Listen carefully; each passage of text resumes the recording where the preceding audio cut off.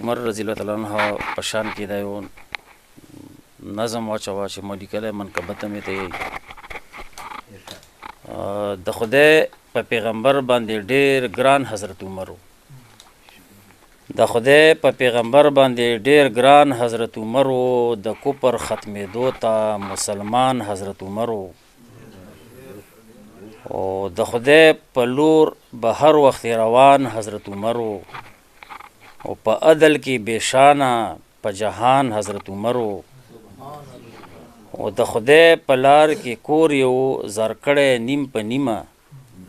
د خدای په لار کې کور یو زر کړی نیم په نیمه بادر تکړه په توره کې بېشان حضرت عمر و او پارساو د غریبو یتیمانو بې اسراو پارساو د غریبو یتیمانو بې اسراو د شپې به ګرځېدو سبا احسان حضرت عمر و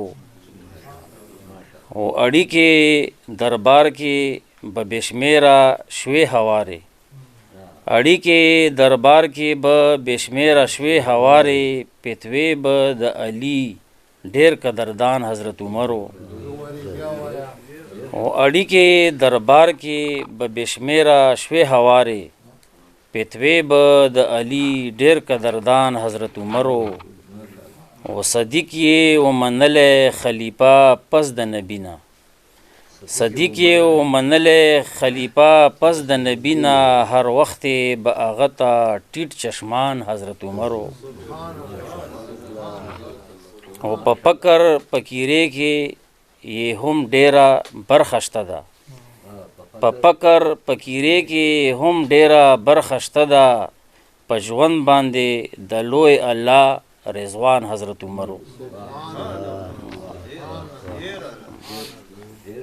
و ټول ژوند یې په یوه جوړه په یو څادر کې تیر و ټول ژوند یې په یوه جوړه په یو څادر کې تیر و رازونو باندې پویه د عرفان حضرت عمر و او په لاس کې د ټولې دنیا ټوله بادشاهي وه په لاس کې د ټولې دنیا ټوله بادشاهي وه بیا هم ترېنه په شا باندې روان حضرت عمر و او ټول ژوند یې کړو د خدای په لاره تیر اخر پناه شو ټول ژوند یې کړو د خدای په لاره تیر اخر پناه شو د دین دپاره تللې غټ نقصان حضرت عمر و او بیا دور د عثمان شولو څه ښکلی دور راغی بیا دور د عثمان شولو څه ښکلی دوران تیر شو بیا دور د عثمان شولو څه ښکلی دوران تیر شو منلی ښه په ژوند حضرت عثمان حضرت عمر و بیا دور د عثمان شولو څه ښکلی دوران تیر شو منلی ښه په ژوند حضرت عثمان حضرت عمر و او نسیم و د نبي د چمن ګل د ټول اسلام و نسیم و د نبي د چمن ګل د ټول اسلام و د دین ښایسته او ښکلی ګلستان حضرت عمر و مننه